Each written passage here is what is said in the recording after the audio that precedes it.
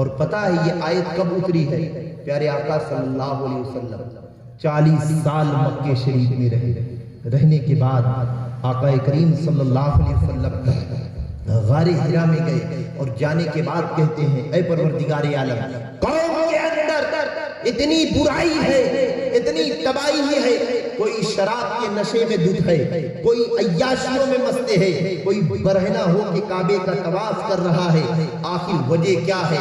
جب اتنا رب کی بارگاہ میں کہا اور آقا نے یہ بھی کہا، علماء سیر کہتے ہیں آقا نے کہا اے پروردگار عالم، اگر تو مجھے 1000 سال کی عمر دے گا اور 1000 سال کی عمر دے کے تو کہے گا کہ قوم کو راہ راست پر لا دو، تب بھی یہ قوم ہدایت پر نہیں آنے والی ہے۔ اور کہا اے پروردگار عالم، ایک ایسا نسخہ دے دے، ایک ایسی کیمیا دے دے، یہ انجیکشن ایک مرتبہ لگ جائے، پیٹ کا درد بھی صحیح ہو جائے، کان بھی صحیح ہو جائے، آنکھ بھی صحیح ہو جائے، گویا کہ علاج ایک ٹریٹمنٹ ہو، اس سے سارا کا سارا مرض دور ہو جائے۔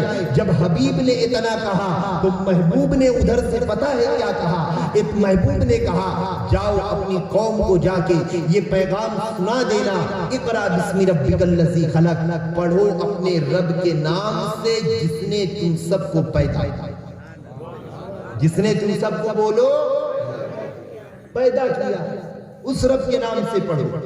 ذہن میں ایک تاریخ آ رہی ہے، آپ کو بتاتا چلے، بہت اچھی تاریخ ہے، ہماری جماعت کے ایک بہت بڑے عالم وصال فرما گئے، حضرت مفتی بدر الدین علیہ رحمت والرضوان، کیا علم تھا، اللہ اکبر۔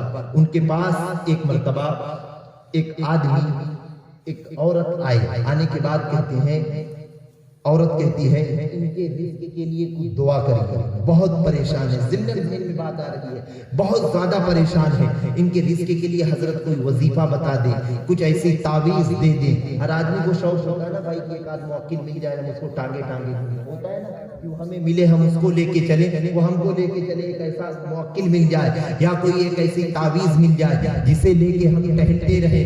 حضرت علامہ مفتی بدر الدین علیہ رحمت والرضوان ارشاد فرماتے ہیں پیارے سن، تو وظیفہ چاہتا ہے، تو تعویذ چاہتا ہے، تو چاہتا ہے کہ دنیا میری ترقیوں سے بھر جائے؟ اس نے کہا بالکل حضرت میں وظیفہ چاہتا ہوں۔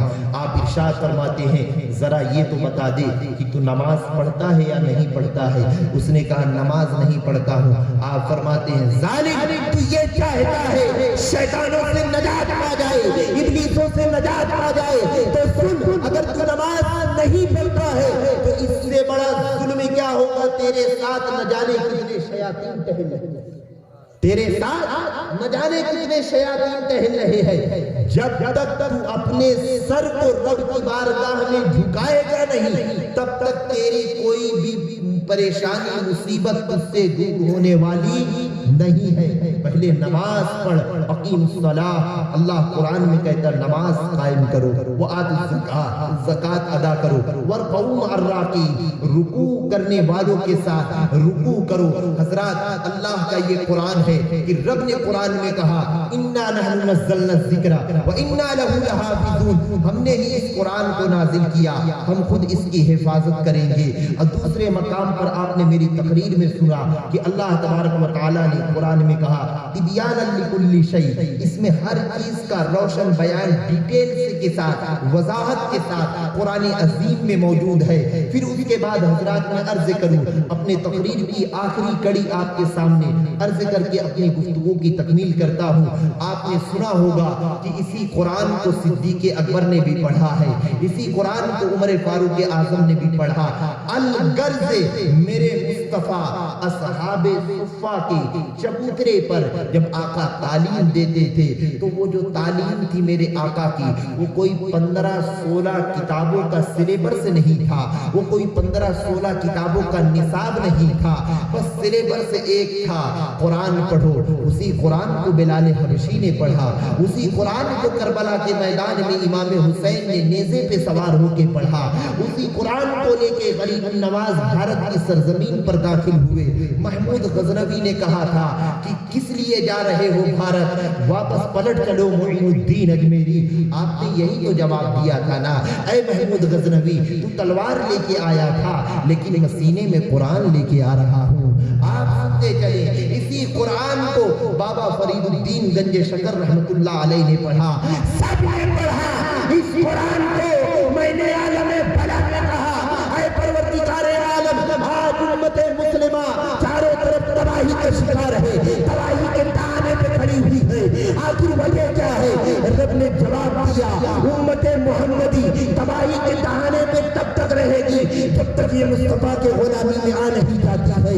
جس دن یہ مصطفیٰ کے غلامی میں آ گئی، پھر رب کا قرآن کہتا ہے وَأَنْتُمُ الْعَالَوْنَ إِن كُنتُم مُؤْمِنِينَ، تم ہی غالب ہو اگر تم مومن ہو، تم ہی غالب ہو اگر تم بولو تم مومن ہو۔ اگر تمہارا ایمان نہیں ہے تو تمہیں ہر کوئی زیر کر لے گا، تمہیں ہر کوئی پسپا کر لے گا، تمہیں ہر کوئی شکست دے دے گا۔ اگر تمہارا ایمان موجود ہے، اقبال نے کہا تھا وضع میں تم نصارا ہو تو تمدن میں ہنود یہ مسلمان ہیں جنہیں دیکھ کے شرمائے یہود، وہ معزز تھے زمانے میں مسلمان بن کر، ہم خوار ہوئے تاریخ قرآن بن کر۔ آج قرآن ہمارے گھروں میں رکھا ہوا ہے، اس پہ جالے لگ رہے ہیں، جنگ لگ رہا ہے، لیکن میرے پیارے ہمیں پڑھنے کا سلیقہ نہیں پتا ہے۔ رب کا قرآن کیا کہتا ہے ہمیں آج اس کا علم نہیں ہے۔ آج ہم جب نصیحت علماء کی سنتے ہیں، صوفیاء کی سنتے ہیں، افسوس کرنے کے بجائے ہماری ہنسیاں نکلتی ہیں۔ اس کی وجہ یہ ہے کہ گناہ کرتے کرتے دل اتنا کالا ہو چکا ہے، اب اس دل میں اچھی بات جانے کی جگہ بھی نہیں رہی ہے۔ دل اتنا سیاہ ہو گیا ہے، اس دل میں اچھی بات جانے کی جگہ بچی نہیں ہے۔ قسم خدا کی میرے مصطفیٰ دونوں عالم کے تاجدار صلی اللہ علیہ وسلم ارشاد فرماتے ہیں التائب من الذنب کمن لا ذنب له، بے شک اپنے گناہوں سے توبہ کرنے والا ایسا ہے جیسا کہ آج یہ اپنی ماں کے پیٹ سے پیدا ہوا ہے۔ تو میں آپ سبھی لوگوں سے محبت کے ساتھ کہوں گا، آپ نے زندگی میں جو بھی گناہ کیا ہو آج اللہ کی بارگاہ میں رجوع کریں۔ اے اللہ اپنے حبیب کے صدقے آج کی اس پاک محفل میں، مؤدب بھری محفل میں ہم اپنے گناہ پہ نادم ہوتے ہیں۔ اے رب ہمارے گناہوں کو معاف فرما دے، اور جب رب معاف فرمائے گا تو رب کا وعدہ ہے وَأَنْتُمُ الْأَعْلَوْنَ إِن كُنتُم مُؤْمِنِينَ، ہاں تم ہی غالب ہو اگر کہ تم مومن ہو۔ کیا رب نے قرآن میں یہ نہیں کہا ہے مسلمانوں وَالْعَصْرِ، قسم ہے زمانے کی، قسم ہے وقت کی، إِنَّ الْإِنسَانَ لَفِي خُسْرٍ، بے شک انسان خسارے میں ہے، إِلَّا الَّذِينَ آمَنُوا، مگر وہ لوگ جو ایمان لائے، وَعَمِلُوا الصَّالِحَاتِ، اور وہ لوگ جنہوں نے نیک عمل کیا، وَتَوَاصَوْا بِالْحَقِّ وَتَوَاصَوْا بِالصَّبْرِ، جنہوں نے ایک دوسرے کو حق کی، صبر کی، اچھی تلقین کی۔ کیا رب کے قرآن نے یہ نہیں کہا ہے مسلمانوں ہم قرآن پڑھتے نہیں ہیں؟ قرآن کے اندر سب کچھ موجود ہے، سب کچھ موجود ہے۔ رب کا قرآن کہتا ہے وَنَزَّلْنَا عَلَيْكَ الْكِتَابَ تِبْيَانًا لِكُلِّ شَيْءٍ، اس میں ہر چیز کا روشن اور واضح بیان ہے۔ محبت کے ساتھ درود پاک پڑھیں، اللہم صلی علی صلو علیہ الصلوۃ والسلام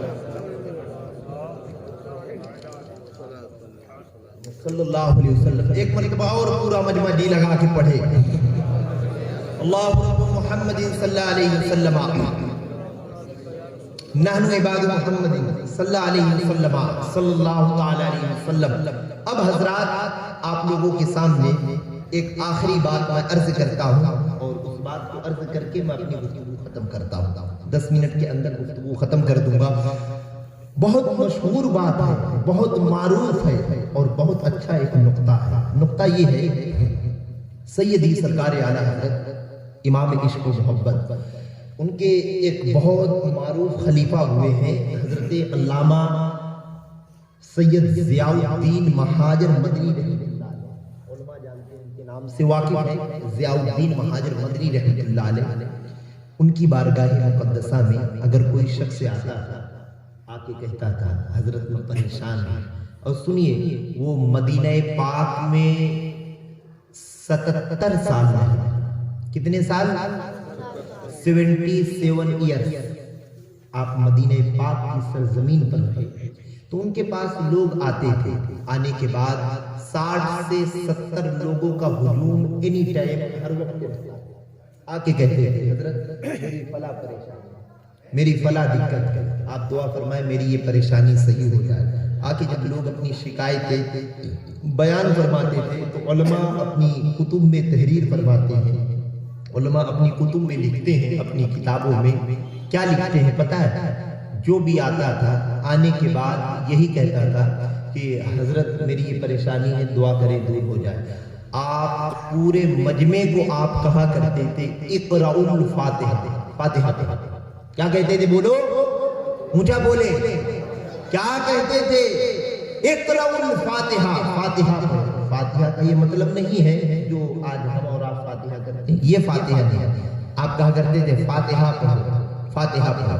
تو جب 60-70 لوگ اکٹھا ہوتے تھے اور سارے لوگوں کو آپ یہ کہتے تھے کہ فاتحہ پڑھو، تو فاتحہ کا مطلب یہ ہوتا تھا آپ کہتے تھے کہ سورہ فاتحہ سبھی لوگ ایک مرتبہ پڑھو اور پڑھ کے اس بندے کے حق میں دعا کرو. بات سمجھ میں آ گئی آپ لوگوں کے؟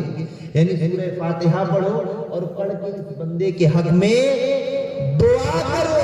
ارے ہمارے اکابر میں خلوص کتنا تھا، ہمدردی کتنی تھی، محبت کتنی تھی، اور سورہ فاتحہ کو آپ اس انداز میں پڑھوایا کرتے تھے. آپ پڑھواتے تھے پڑھو اعوذ باللہ من الشیطان الرجیم بسم اللہ الرحمن الرحیم الحمدللہ رب العالمین.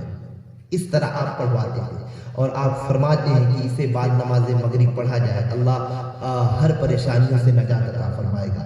آپ اس طرح پڑھواتے تھے اور پڑھوا کے آپ دعا کروایا کرتے تھے. اب یہاں سے ایک نقطہ پتہ یہ چلا، اللہ کا ولی ہے، مدینے کا قطب ہے، لیکن وہ قطب جب کسی کی پریشانی کو سنتا تھا تو سننے کے بعد وہ قطب خود کچھ نہیں کرتا تھا، بلکہ وہ قطب خود دعا کرواتا تھا اور کہتا تھا اقرأوا الفاتحہ. فاتحہ پڑھو. اور کتنی بڑی بڑی پریشانی ہو، جو مدینے کا قطب تھا وہ جب دعا کے لیے اپنے ہاتھوں کو اٹھواتا تھا تو ہاتھوں کو اٹھوا کے جب وہ دعا کرتا تھا تو اس کے صدقے سیدی سرکار اعلیٰ حضرت اپنی کتب میں تحریر فرماتے ہیں، اپنی کتابوں میں لکھتے ہیں کیسے ہی وہ دعا کرتے تھے، دعا کرواتے تھے. جس بندے کی جو مصیبت ہوتی تھی اللہ اسی وقت اس کو اس مصیبت سے نجات عطا فرماتا. جو اس مصیبت سے اللہ بولو اسے نجات عطا فرما دیتا تھا. سورہ فاتحہ، ارے قرآن تو ایک سمندر ہے، قرآن ایک سمندر ہے. آپ کو پتا ہے کسی بھی کتاب کی عمر 100 سال 200 سال اس سے زیادہ کی نہیں، وہ بھی اگر اس کا مسودہ کوئی قبض کر لے، حکومت کی نظر پڑ جائے، اس کتاب میں کو کبھی چھپتے ہوئے کسی نے دیکھا نہ ہو، وہ کتاب ختم ہو جائے گی. لیکن مسلمانوں سننا، دنیا کے اندر واحد ایک ایسی کتاب ہے جس کتاب کو نازل کرنے کے بعد رب تبارک و تعالیٰ نے اعلان فرما دیا ہم نے اس قرآن کو نازل کیا ہے، ہم خود اس کی حفاظت کریں گے. تو جب رب اس کتاب کی حفاظت کرے تو حفاظت کرنے کے لیے اب وہ کتاب پریس کے مشینوں پہ نہیں، پرنٹر کے یہاں نہیں، بلکہ دنیا کے لاکھوں حافظ قرآن کے سینوں پہ چھپا کر سبحان اللہ. نعرہ تکبیر، نعرہ رسالت، علماء اہل سنت، نعرہ تکبیر، نعرہ رسالت. اب آپ لوگوں سے ایک سوال کرتا ہوں. سوال یہ ہے، ایک ایسی کتاب بہت مارکیٹ میں چل رہی ہے، XYZ کوئی بھی کتاب وہ چل رہی ہو، چلنے کے بعد گورنمنٹ اعلان کر دے کہ یہ کتاب چھپنا نہیں چاہیے، تو وہ کتاب کسی کو یاد ہو بولے وہ کتاب کہیں ملے گی؟ اس کا چیپٹر کہیں ملے گا؟ نہیں ملے گا. بھائی وہ کتاب نہ ششماہی میں چلے گی نہ سالانہ میں چلے گی، وہ کتاب بند ہو گئی ہے. لیکن اگر قرآن پہ پابندی عائد کر دی جائے اور قرآن پہ آلریڈی اس سے قبل مستنجد باللہ کے دور میں امام احمد بن حنبل کے دور میں پابندی لگائی گئی۔ قرآن کو مخلوق کہا گیا تھا، جو قرآن مخلوق سے مراد فنا ہو جانے والی کتاب، یعنی قرآن فنا ہو جائے گی، پابندی لگائی گئی۔ اگر پابندی لگائی گئی پھر بھی آج قرآن ہمارے سامنے ویسے ہی موجود ہے یا نہیں؟ پتہ ہے کہ موجود ہے؟ اللہ کے رسول صلی اللہ علیہ وسلم نے ارشاد فرمایا، میرے پیاروں میں دو چیز چھوڑ رہا ہوں، ایک اپنی آل چھوڑ رہا ہوں، ایک قرآن چھوڑ رہا ہوں، ان دونوں کا دامن مضبوطی سے تھامے رکھنا۔ یہ دونوں بخاری کی حدیث پاک ہے، لن یفترق حتی یرد علی الحوض، یہ دونوں مجھ سے جدا نہ ہوں گے جب تک میدان محشر میں مجھ سے ملاقات نہ کر۔ اب بتائیں، زندگی دینے والی کتاب کو ہم پڑھتے کب ہیں؟ جب سی ایم ہوتا ہے، جب 10واں ہوتا ہے، جب چہلم ہوتا ہے، جب سالانہ فاتحہ ہوتا ہے۔ ہم فون کرتے ہیں امام صاحب کو، ہلو حضرت وہ کچھ قرآن شریف اگر پڑھی ہو تو بتائیے گا، تبھی سمجھ میں آ جاتا ہے کہ اس کا کوئی قریبی جو ہے وہ منکر نکیر کے انڈر میں پھنسا ہوا ہے۔ غلط تو نہیں بول رہا، منکر نکیر کے انڈر میں پھنسا ہوا ہے۔ اب یہ قرآن لینا چاہتا ہے، ہنس کے میرے جملوں کو مت ٹالیے، بالکل قسم خدا کی ہنسنے کے لیے نہیں بول رہا ہوں میں، کوئی منکر نکیر کے انڈر میں کوئی پھنسا ہوا ہے۔ اب وہ چاہتا ہے کہ امام صاحب سے قرآن ملے، اس کو نجات کروا دیا جائے۔ واہ رے مسلمان، بہت ہوشیار قوم ہے۔ ایک تو خود پڑھیں گے نہیں، اب پڑھنے کے بعد بھی اگر کسی کا جنازہ اٹھنے کے بعد نمبر آیا پڑھنے کا تو حضرت میں 2-3 قرآن مل جائے تو کام کافی ہو جائے۔ حضرات سنیے گا، یقیناً قرآن کے تلاوت سے بندے کی مغفرت ہو جاتی ہے، لیکن اے مسلمان، تو نے قرآن کو سیم میں پڑھا ہے، رب نے کہا ہے پڑھ، منع نہیں کیا ہے۔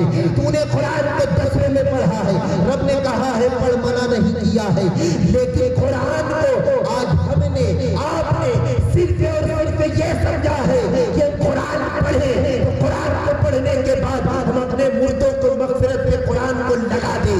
رب نے قرآن اس لیے نازل نہیں کیا ہے، بلکہ رب نے قرآن نازل اس لیے کیا ہے کہ اس کو پڑھ کے ہم اپنی زندگی کو سنوارتے ہوئے چلے جائیں۔ ہم نے شاعروں سے پوچھا یہ شاعری ملی کہاں سے؟ کہا قرآن سے ملی ہے۔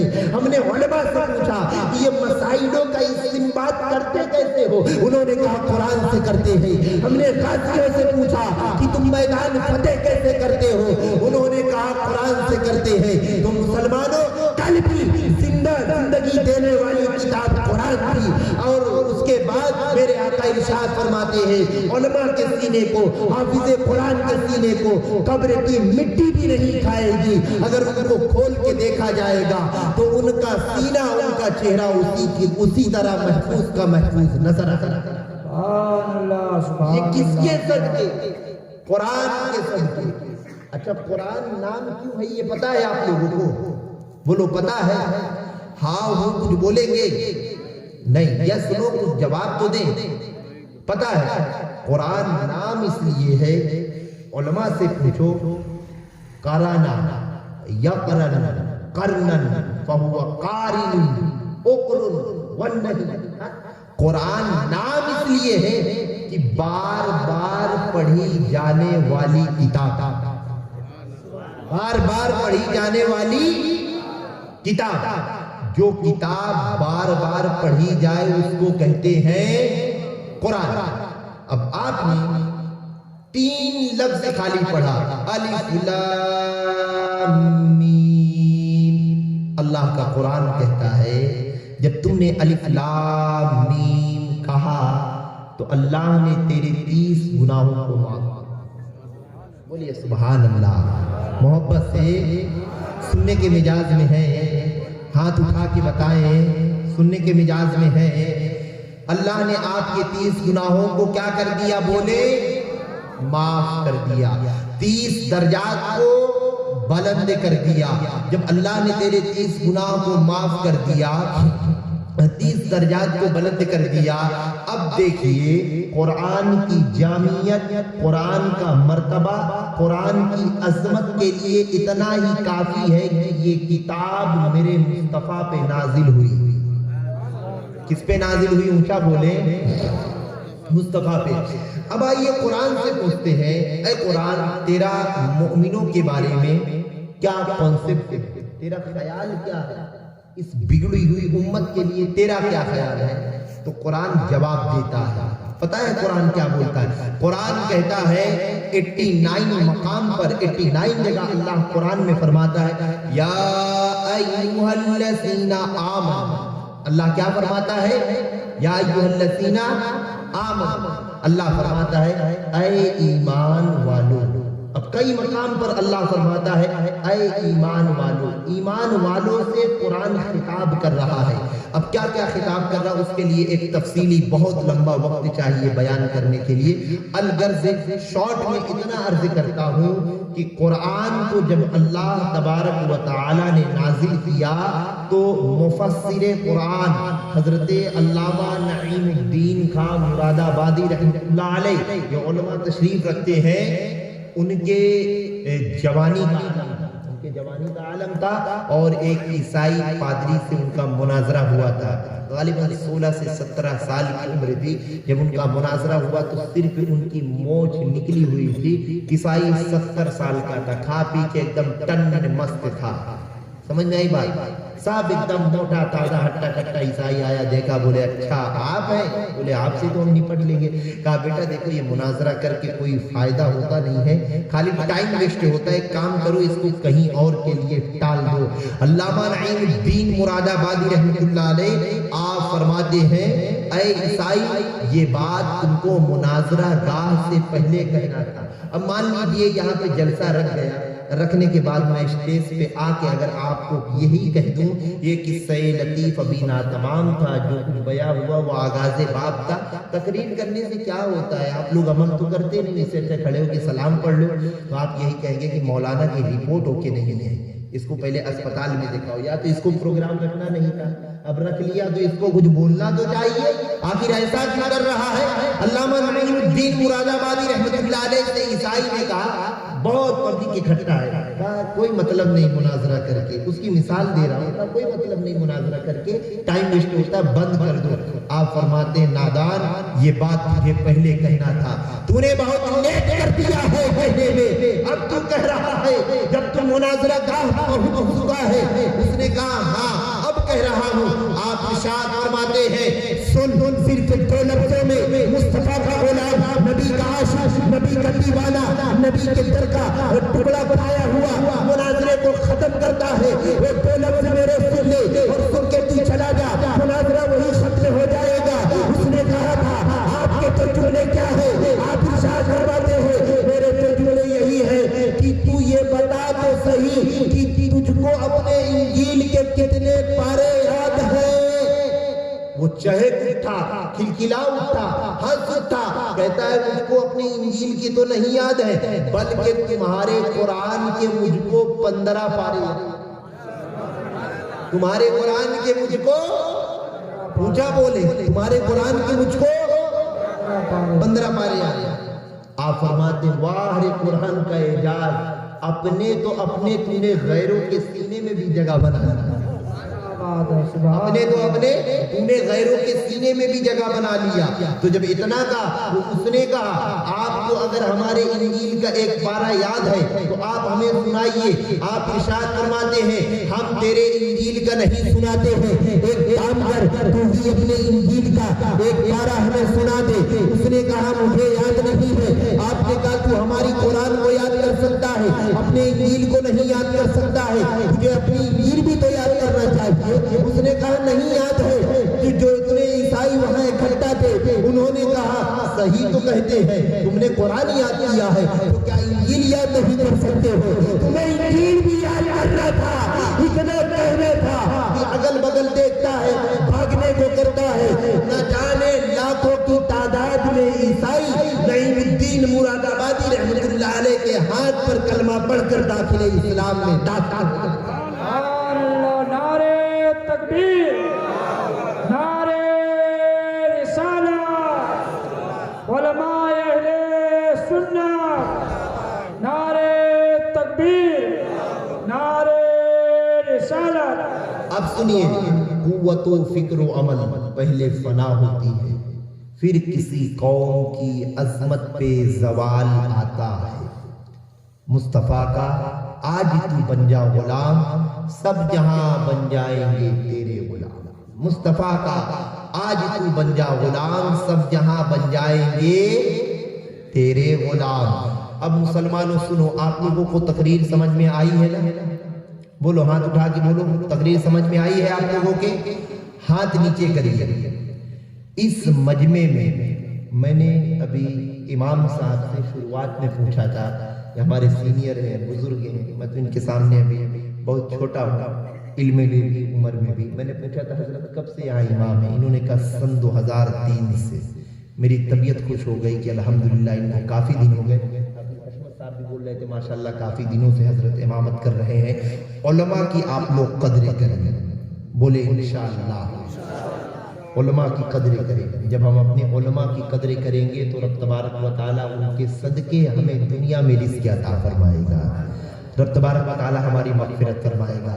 اب سنیے، آپ کو تقریر سمجھ میں آ گئی ہے، قرآن کی اتنی باتیں سمجھ میں آ گئی ہیں، اور پیارے آقا صلی اللہ علیہ وسلم کا علم سمجھ میں آ گیا ہے۔ اللہ نے اپنے حبیب کو علم سکھایا ہے، کوئی بیچ میں کوئی دوسرا ایسا بندہ نہیں ہے۔ ماشاءاللہ ہمارے حافظ و قاری رحمت عالم صاحب وہ بھی تشریف لا رہے ہیں، حضرت بھی آ رہے ہیں، اور بھی علماء ائمہ تشریف رکھتے ہیں۔ اور حضرات سنیے، رب تبارک و تعالیٰ نے قرآن میں کیا کہا آپ نے سن لیا۔ اب اس پورے مجمع کے اندر اب میں جو جملہ کہنے جا رہا ہوں، میرے جملے کو آپ سنیے گا۔ اللہ کے حبیب صلی اللہ علیہ وسلم سے محبت کرنے والے سبھی لوگ ہیں، بتائیں ہاتھ اٹھا کے، ہاتھ کو نیچے کریں۔ پیارے آقا صلی اللہ علیہ وسلم سے محبت کرتے ہیں نا؟ لیکن حضرات میرے آقا ارشاد فرماتے ہیں کہ جو کسی سے محبت کرتا ہے وہ اس کی محبت میں نابینا ہو جاتا ہے۔ یہ حدیث پاک بخاری کی، میرے آقا فرماتے ہیں جو کسی سے محبت کرتا ہے وہ اس کی محبت میں اندھا ہو جاتا ہے۔ آپ نے سنا نا مجنوں لیلا کا، لیلا نے کہا کہ تیری آنکھ بھی مجنوں کی آنکھ نہیں ہے۔ آقا فرماتے ہیں یحب الشیء، جو کسی چیز سے محبت کرتا ہے وہ اس کی یاد میں ایک دم مست ہو جاتا ہے، اس کو اندھی بنا دیتی ہے۔ اگر آپ آقا سے محبت کرتے ہیں تو اس مجمع سے مجھ کو صرف ایک بندہ ایسا چاہیے جو آقا کے نام پہ کھڑے ہو کے کہہ دے کہ آج سے میں اپنے چہرے پہ سنت رسول لکھ لوں گا۔ ایک بندہ ہے پورے پاتا کھیڑا میں، ایک بندہ ایسا ہے نہیں۔ اللہ اکبر، اگر ایک بندہ دعا کرتا ہے تو میں دعا کروں گا اللہ اس کے رزق میں برکت عطا فرمائے، اللہ اس کے ماں باپ کے عمر میں برکت عطا فرمائے، طویلنا عمر، اللہ اس کے ماں باپ کو عمر طویل عطا فرمائے۔ ایک ایسا بندہ جو آقا کی محبت میں کھڑا ہو اور کھڑے ہونے کے بعد اعلان کر دے، میں فوراً اس کے لیے دعا کرتا ہوں۔ کوئی ہے ایک بندہ کھڑا ہو پورے مجمع کے اندر، یعنی کوئی ایسا نہیں ہے جو اپنے چہرے پہ نور رکھنا چاہتا ہے کوئی ایسا؟ ماشاءاللہ، مبارک ہو حضرت۔ نعرہ تکبیر، نعرہ رسالت، سبحان اللہ تبارک و تعالیٰ کی بارگاہ میں دعا ہے۔ کیا نام بھائی صاحب؟ ماشاءاللہ ہمارے جناب محمد انور انصاری صاحب کو اللہ عمل کی توفیق عطا فرمائے۔ انور صاحب تھوڑی دیر کے لیے 2 منٹ کے لیے پلیز آپ کھڑے رہیے۔ اب ان کے بعد کوئی دوسرا بندہ ہے، یہ سمجھ لیجئے کہ میں 11 لوگوں کو کھڑا کروں گا، ایک لوگوں کو نہیں۔ دوسرا بندہ کوئی ہے یا نہیں ہے اس شہر کے اندر؟ ماشاءاللہ ماشاءاللہ، مبارک۔ نعرہ تکبیر، نعرہ رسالت۔ شیخ مشتاق بھائی، اللہ تبارک و تعالیٰ ان کے ہر جائز مقاصد کو پورا عطا فرمائے۔ بیٹھے آپ دونوں تشریف رکھیں۔ یہ دیکھیے 2 لوگ ہو گئے، تیسرا بندہ کوئی ہے جو اپنے چہرے پہ داڑھی رکھے گا؟ ماشاءاللہ، مبارک ہو۔ کیا نام ہے بیٹا؟ ماشاءاللہ، بیٹھ جاؤ بیٹا، ملک صاحب بیٹھ جاؤ۔ 3 لوگ ہو گئے، آپ کا کیا نام ہے؟